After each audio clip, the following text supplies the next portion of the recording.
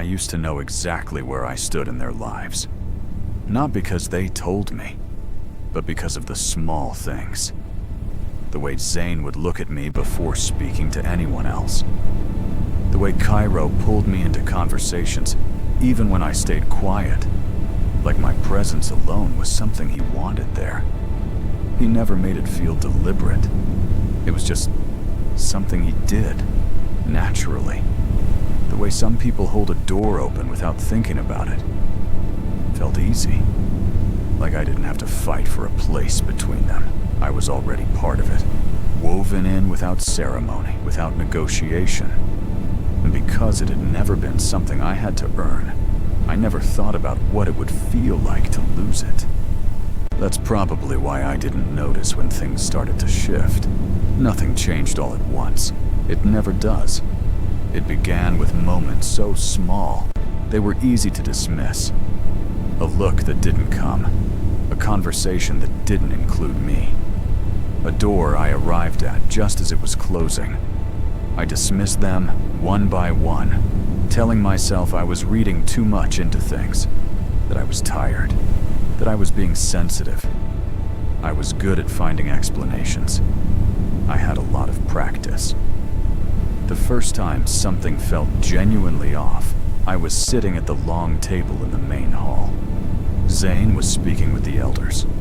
Cairo stood beside him, adding points, correcting details, keeping things moving with the kind of quiet confidence that made people trust him without knowing why. They worked well together, seamlessly even, like they'd been doing it for years. At first I told myself it was a good thing. Less pressure on Zane, more support for the pack. It made sense, and so I let it make sense. What I didn't let myself think about was where that left me. I was sitting just a few seats away, close enough to hear everything, close enough to be part of it. Or so I thought. There was a moment when Zane paused, the kind of pause where he used to turn to me, even just for a second, even just a glance, like he needed to check that I was still following, still with him. It was a small thing, but it was ours. A quiet habit neither of us had ever named. He didn't turn. He looked at Cairo instead, and kept speaking, and the conversation moved on without a gap where I used to be. I told myself it meant nothing. I almost believed it. Later that day, Cairo passed me in the hallway. He didn't stop, didn't say anything. Just a quick nod, eyes already moving past me. And then he was gone around the corner. That was new. Cairo never just passed me. He always had something. A comment, a question. Something small and offhand that somehow always made me feel like he'd been thinking about me before he'd even seen me. Like keeping the connection between us was something he chose, not something that just happened. That day, he chose to keep walking. I stood in the hallway for a moment after he left. Then I kept moving too, and told myself the same thing I always told myself. They were just busy. There was a lot happening. It didn't mean anything. That explanation held up for a while. It made everything easier to carry. But the pattern didn't stop. Days passed, then weeks, and I started noticing things I couldn't file away anymore. Things that didn't fit the story I'd been telling myself, and they were always together. Zane and Cairo. Planning, talking, moving from one place to the next. Always focused, always a unit, always mid-conversation when I found them. And I was somewhere nearby, close enough to see it, far enough that I couldn't quite reach it. On the outside of something I used to be inside of, and I couldn't point to the exact moment the door had closed. At first, I waited for them to call me in. Then I started positioning myself, staying close, walking past the rooms they used, hoping I'd be included without having to ask for it. Neither approach worked. One evening, I walked into the strategy room. They were already there.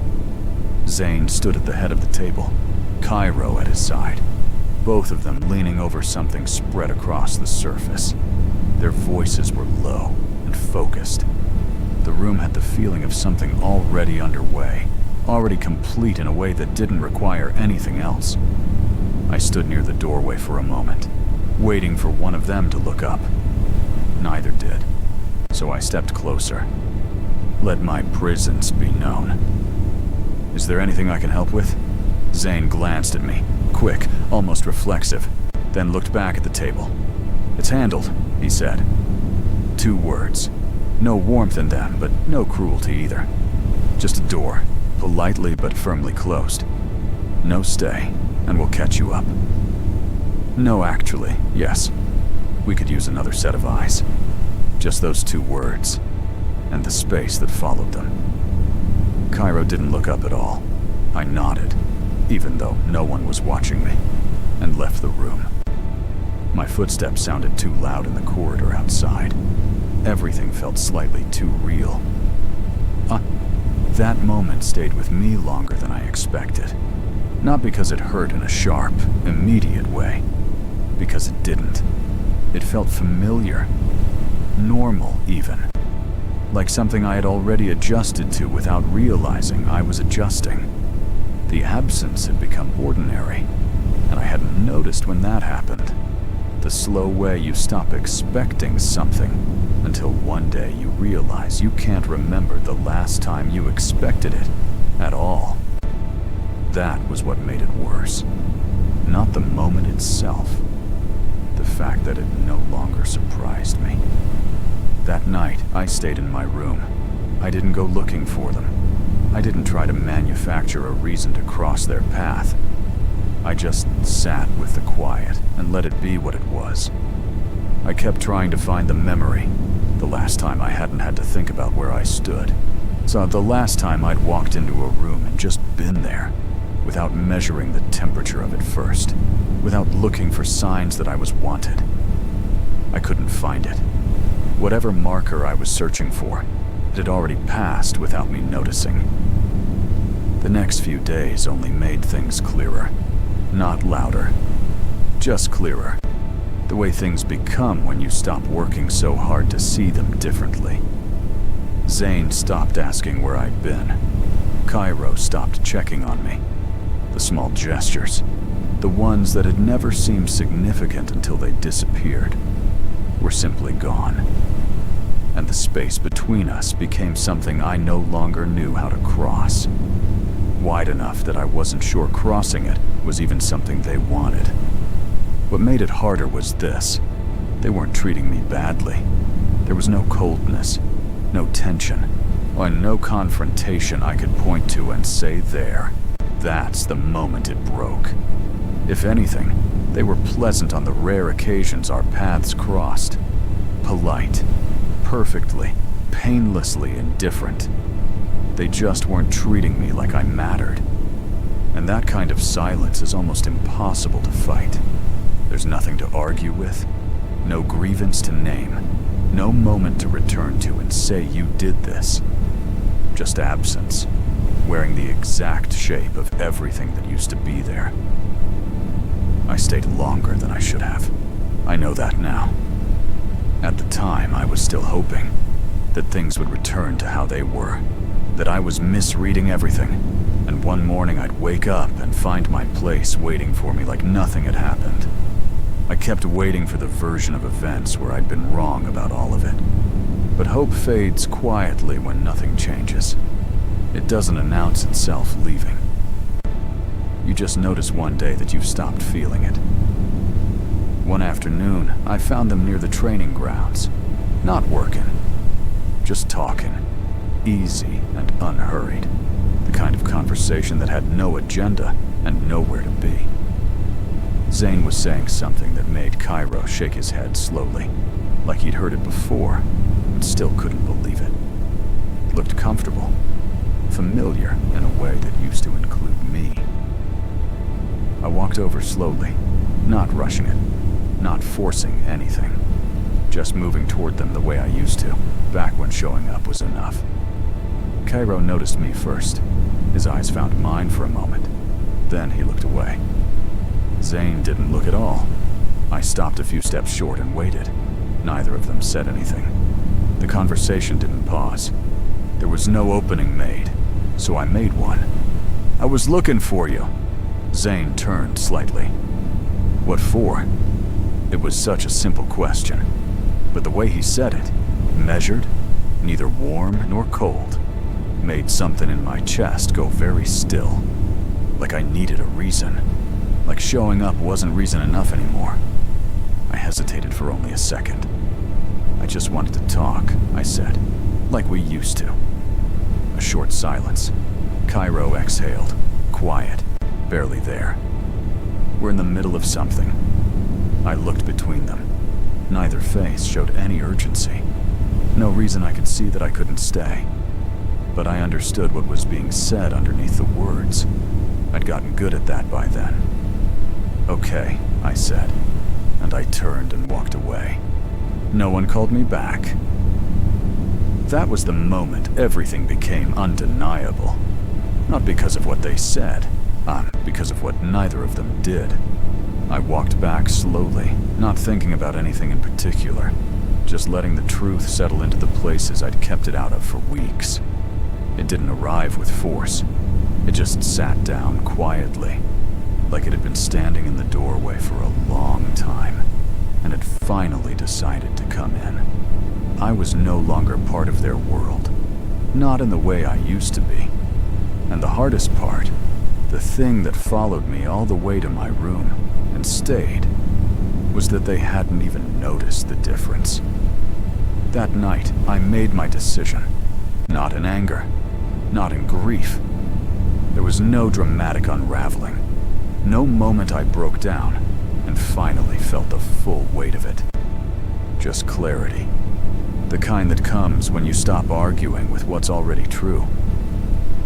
I packed only what I needed. Nothing sentimental. Nothing that would slow me down or give me a reason to hesitate in the morning. I didn't leave a message, didn't say goodbye, because I already understood the shape of things. If I stayed, nothing would change. If I spoke, nothing would be fixed. I could say every true thing I'd been swallowing for months, and it wouldn't open a door that had already quietly, permanently closed. So I chose the only thing I still had any real control over. Blaming yours. The next morning, before the pack stirred, I walked past the main gates. No one stopped me. No one called out or asked where I was going. The path was open, and I walked through it, and the world continued, as though nothing significant was happening. I'd like to say that surprised me. It didn't. A few steps beyond the boundary, I stopped and turned. Not because I was ready, but because I needed to see it. Really see it. At least once before I let it go. Everything looked exactly the same. The buildings, the paths, the trees at the edge of the grounds catching the early light. The place that had felt like home. Nothing had changed. Except me. I stood there long enough to understand what I was leaving behind. Long enough to let myself feel it without turning away from it. Then I turned forward and kept walking. Because sometimes you don't leave because you're pushed out. You leave because you finally stop pretending there's something left holding you there. And for the first time in a long time, I didn't look back over my shoulder, wondering if they'd noticed I was gone. I already knew. I didn't say goodbye. That was the part I kept coming back to as I walked. Not with guilt exactly, but with the sharp awareness of someone who has just done something that cannot be undone. The territory fell away behind me in increments. First the familiar scents, then the worn paths, then the sounds of people I had known for years living their ordinary lives, without knowing that one of those lives had just quietly removed itself from the picture. I didn't run. Running would have felt like panic, and I wasn't panicking. I was just walking, fast and deliberate, the way you move when you've made a decision, and you don't want your own mind to talk you out of it before you're far enough gone. The quiet hit me about an hour out. Not peaceful quiet. More like the sudden silence after a sound you've lived with so long you stopped hearing it. It rang a little. My shoulders were still braced for something. Still waiting for a voice to call my name. For footsteps to come after me. None came. Just wind. Just trees. Just the distant sound of water somewhere to the east. I kept walking. The landscape shifted faster than I expected. The ground turned rough underfoot, roots jutting up through the soil, like something trying to slow me down. The paths, real paths, maintained ones, gave way to animal trails, and then to nothing at all. Just open forest, with no memory of human movement. Good. The farther I pushed from anything worn and familiar, the harder it would be to track. I was 3 hours out when I first felt it. A prickle at the back of my neck. The particular sensation of space behind you that isn't quite empty. I didn't stop walking, didn't look back, just shifted my weight slightly, tuned my hearing outward, and kept moving. The feeling faded after a few minutes. Could have been nothing. An animal. The wind changing direction. The paranoia of someone who'd just done something drastic and was waiting for consequences. I told myself it was nothing. I almost believed it. By late afternoon, I had crossed the boundary without meaning to. The signs were subtle enough that I'd missed them until I was already through. A particular marking on a birch tree, half covered by lichen. A path that was too intentional to be accidental. The faint trace of a scent that wasn't mine and wasn't wilderness. I stopped. Territory. Someone else's. I did a slow assessment. No immediate sound. No movement in the tree line. But the absence of obvious threat didn't mean anything. People who knew their own land didn't need to make noise in it. I had two options. Back the way I came, which meant crossing the boundary again, and spending the night exposed in the stretch of nothing between two claimed territories. Or forward, walk in openly, unhurried. Make it clear I wasn't trying to slip past anyone. I'd been hiding for too long to be comfortable with it anymore. I moved forward. He appeared at the edge of my peripheral vision first, not stepping out dramatically, just suddenly present at the tree line to my left, the way someone is when they've been standing still long enough that you only notice them when they decide to let you. I stopped, turned, while he was watching me with the kind of calm that wasn't passivity. It was assessment. Quick, thorough, quieter than most people managed. He'd already run the numbers before I'd fully looked at him. "You crossed the boundary," he said. "I know. Alone." "Yes." He was quiet for a moment, not filling the silence the way most people did, not rushing to establish authority or demand explanation. He just stood there and thought, and something about that was more unnerving than aggression would have been. Aggression was readable. This wasn't. "You don't look like trouble," he said finally. Not a compliment, just a verdict. "I'm not." Another pause. Then he shifted slightly, just enough to open the path forward. "Come on," he said. "You can stay until you figure out what's next." I didn't move immediately. "That's it? Check no questions?" He looked at me for a moment with something that might have been faint amusement. "Would you answer them?" I didn't say anything. "Thought so," he said, and turned and walked. "Come on." His name, I'd learn, was Eli. And the thing about Eli was that he gave you rope, enough to breathe, enough to feel like you had choices. And he never seemed to be watching. But somehow, he always knew. I'd figure that out later. That first evening, I just followed him through the trees and tried to get my breathing back to normal. The settlement was not what I expected. Not loud, not rigid. People moved through it with a kind of purposeful ease. Conversations happening, work being done, but nothing strained underneath it. No one looked at me with the sharp calculation of someone trying to figure out where I ranked. A few glanced up as Eli led me through, registered my presence, and went back to what they were doing. No one stared. No one positioned themselves between me and exits. It felt uncomfortably like safety. Eli showed me a small room at the edge of things. Clean. Simple. Window facing east. "It's not being used," he said. "Sleep. Eat something if you want. No one will bother you tonight." "And tomorrow?" He leaned against the doorframe. "Tomorrow, you're still here or you're not. Up to you." He left without waiting for my answer. I sat on the edge of the bed and listened to the settlement moving around me.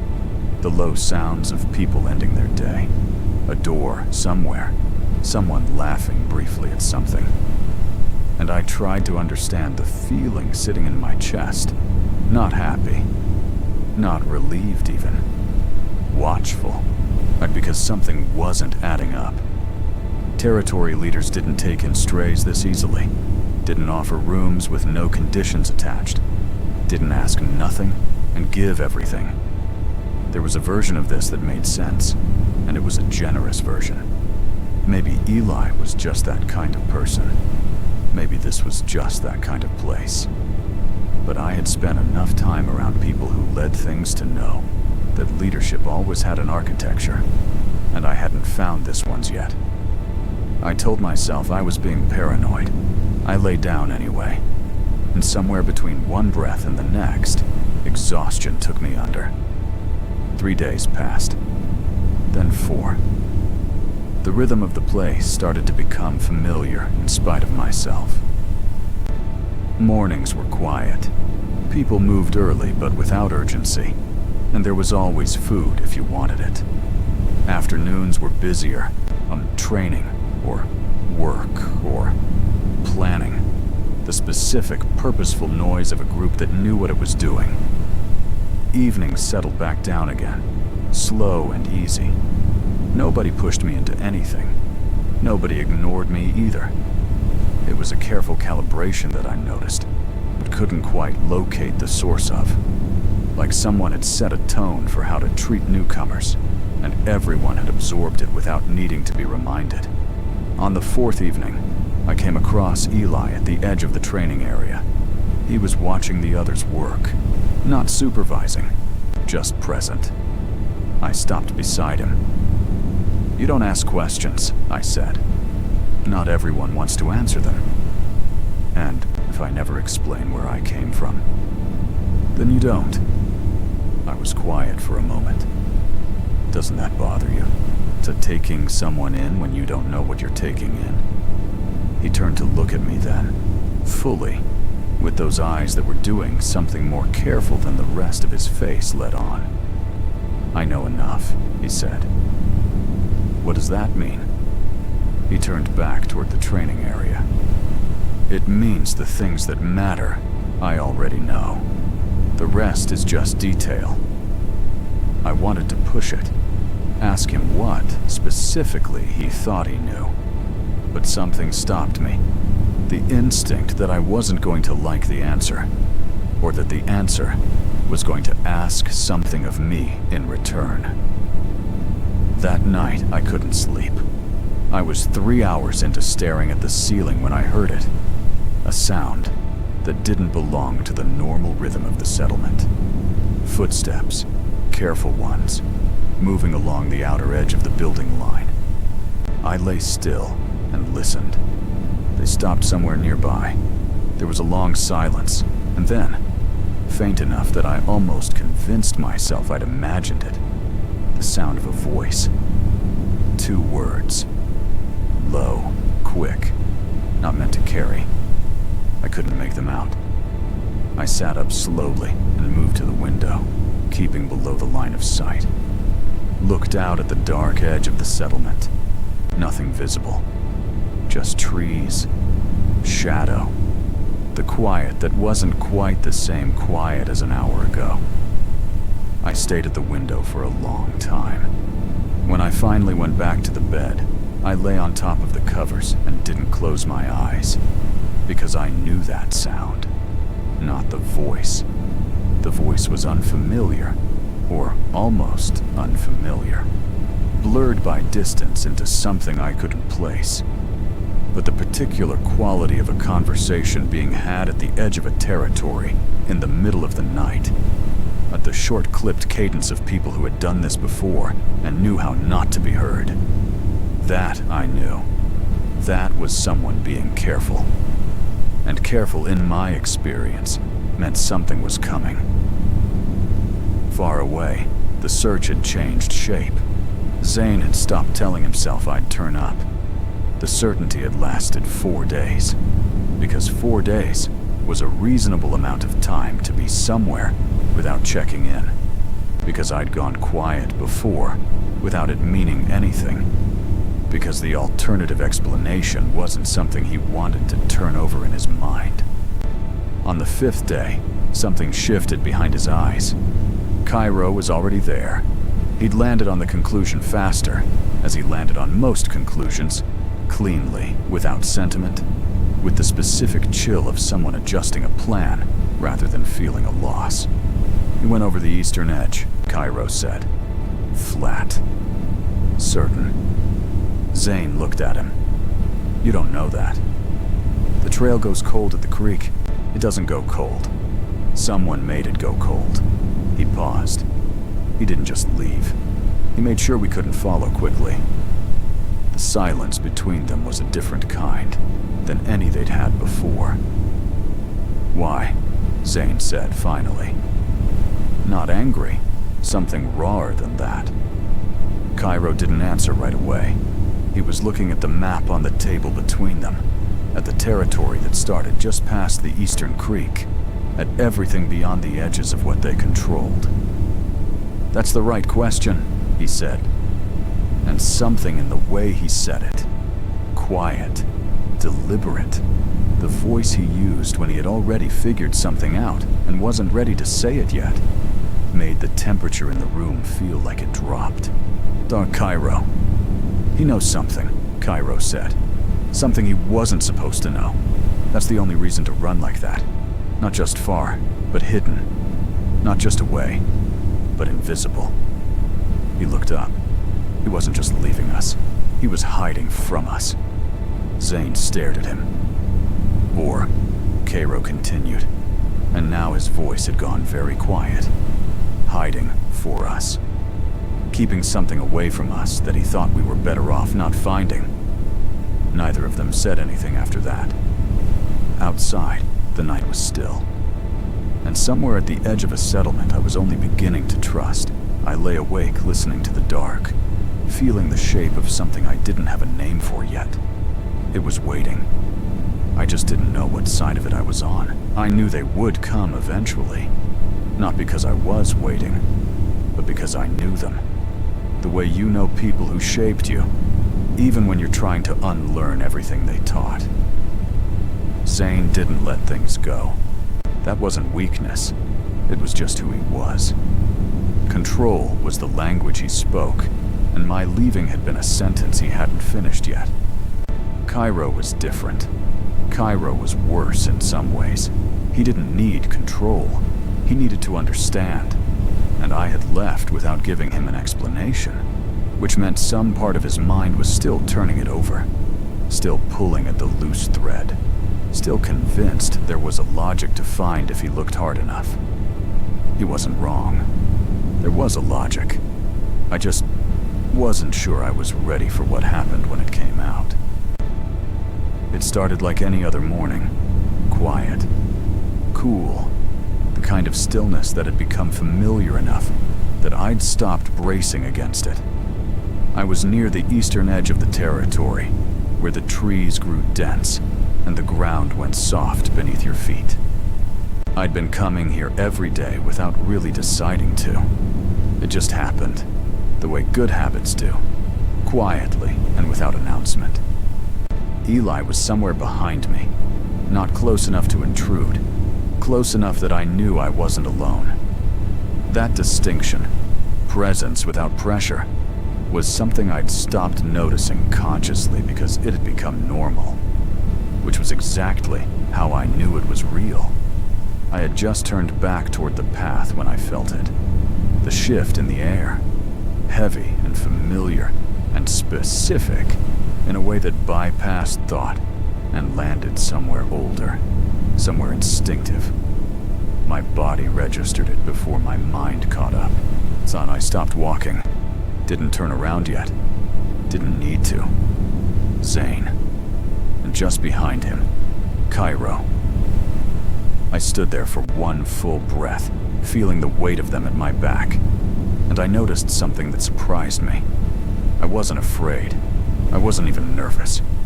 There was just this steady, quiet readiness, like a door that had been open a crack, finally swinging all the way.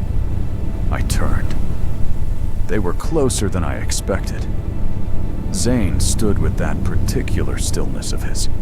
Composed, controlled, eyes already focused, like he'd rehearsed this moment on the walk over. Cairo was beside him, but less settled. Gaze moving, cataloging everything. The trees, the territory, Eli's distant outline. Me. Nobody spoke. The silence stretched and I let it, because I had learned by now that silence didn't have to be filled. Zane broke it first. When you left. Yes. I wasn't informed. Something almost moved in me then. Almost. Old reflex. The instinct to apologize, to soften it, to make the discomfort go away. I watched it rise and I watched it pass. I didn't think I needed to inform anyone, I said. Cairo shifted. Zane's expression stayed the same, but something sharpened behind his eyes. The particular look of someone recalibrating. You're part of the pack, he said. I held his gaze. I was. That landed. I saw it. Just a flicker. Just a fraction of a second where Zane didn't immediately respond. In all the years I'd known him, that almost never happened. Cairo stepped forward. Not aggressive, just closing space the way he did when he wanted to be heard. You left without a word, he said. There was no reason for that. I looked at him. Really looked. But maybe for the first time in years, without the static of obligation between us. And I saw something I hadn't let myself see before. He genuinely didn't understand. Not what had happened. Not what it had cost me. Not what I'd been carrying while he was busy moving forward with his plans, his purpose, his forward motion that never once looked back to check who was keeping up. There was a reason, I said. Then say it. No. The words sat between us, clean and simple, and completely without aggression. That was what confused him, I think. He expected a fight. Emotion. Something to push back against. I gave him nothing to push against, and it threw him. Zane stepped forward. You're coming back, he said. No question. No room. And for just a second, one traitorous second, my body remembered. Remembered following that voice. Remembered how easy it was to let someone else make the shape of your days. To slide into the space they defined for you. To call it belonging. Then the second passed. I'm not, I said. What happened next was the part I hadn't planned for. Zane's hand closed around my wrist. Not violent, not rough. Exactly as firm as it needed to be. The grip of someone who had never once doubted that the people around him would follow when directed. He'd held my arm like that before, usually steering me away from something. Usually in my best interest. Usually with a logic I understood. Let's go, he said quietly, and my feet almost moved. That was what frightened me. Not him. Not the grip. The fact that something in me still remembered the shape of compliance so well that my body nearly chose it without asking my permission. So I looked down at his hand, then up at him. "Let go," I said. He didn't. "You're coming back." Something crystallized in that moment. Cold and clear and final. He still believed this would work. He believed I was the same person who had stood in that territory 6 weeks ago, worn down and quiet, and mistaking endurance for loyalty. He believed I would fold. He didn't know what 6 weeks of not folding had done to me. I pulled my arm back. Not hard, not angry, just steady and deliberate. A movement that said no in a language that didn't need volume. His grip loosened. Not because I overpowered him, but because resistance that doesn't mirror what you expect doesn't know where to hold on. "I'm not going anywhere with you," I said. Zane went very still. Then his jaw tightened. "Dios, this isn't how things end." "It already ended," I said. "I ended it when I left. You're the only one who hasn't finished reading that part yet." Cairo stepped in then, quick and sharp. "Stop this." He looked between us, and for the first time I saw something on his face that wasn't strategy or assessment. Something raw. Something that looked almost like the beginning of understanding. "You're serious," he said. I didn't answer. I didn't need to. But then Cairo did something I didn't expect. He looked at me and said quietly, "We found out why you left." The air changed. Not physically, but I felt it. That drop in temperature that isn't temperature at all. "Cairo," Zane said, a warning in his voice. "He deserves to know," Cairo said. He wasn't looking at Zane. He was looking at me. "We found the records from before you joined the pack, before any of us knew you." A pause. "You didn't choose us. You were placed with us. Someone made sure our paths crossed. Someone who's been watching this whole time. Watching you specifically. And we don't know why yet. But they've been close. Closer than we realized." My mouth had gone dry. "What records?" I said. "Medical. Movement logs. There are notes, your name, cross-referenced with pack locations going back years. Someone knew where you'd end up before you did." His voice was careful, like he was watching how each word landed. "We thought you ran because you found out. That's why we came. Not to take you back. To warn you." The trees felt closer suddenly. I thought about the footsteps I'd heard at the edge of the settlement that night. The two voices. The careful cadence of people who knew how not to be heard. I thought about how easily Eli had taken me in. No questions, no conditions. "I know enough," he'd said. "The things that matter, I already know." I turned slowly. Eli was standing at the tree line. He'd come forward without me hearing him, which meant he'd been close enough to hear all of it. He was watching me with that same calm that I'd mistaken for peace. That open, unhurried expression I'd spent 6 weeks learning to trust. "How long have you known?" I asked. He didn't pretend not to understand. "Since before you arrived," he said. The world didn't tilt. I didn't shout. I just stood there and felt the shape of 6 weeks rearranging itself around a new truth. Every quiet morning, every unanswered question, on every moment of safety that now had a different architecture underneath it. "Who sent you?" I said. Not a question. Eli was quiet for a moment. Then, "Someone who needed you away from them?" A slight gesture toward Zane and Cairo. "Before you found out what you are." "And what am I?" He looked at me with something that might, in another version of this, have been an apology. "The reason the pack was built in the first place," he said. "Not them. You. Everything they were given. The territory, the resources, the people. It was built around keeping you in one place. Contained. Close. Until whoever set this up was ready to collect. Zane's voice came from behind me. Quiet, stripped of its usual control. "We didn't know either," he said. "Not until the records. Not until you were already gone." I stood in the middle of all of them and I thought about the years. The weight I'd carried without knowing its name. The feeling of being needed, but never quite seen. The exhaustion I couldn't explain. The moment I finally left, not because I'd found a reason, but because staying had become something my body refused. Maybe I'd known before my mind did.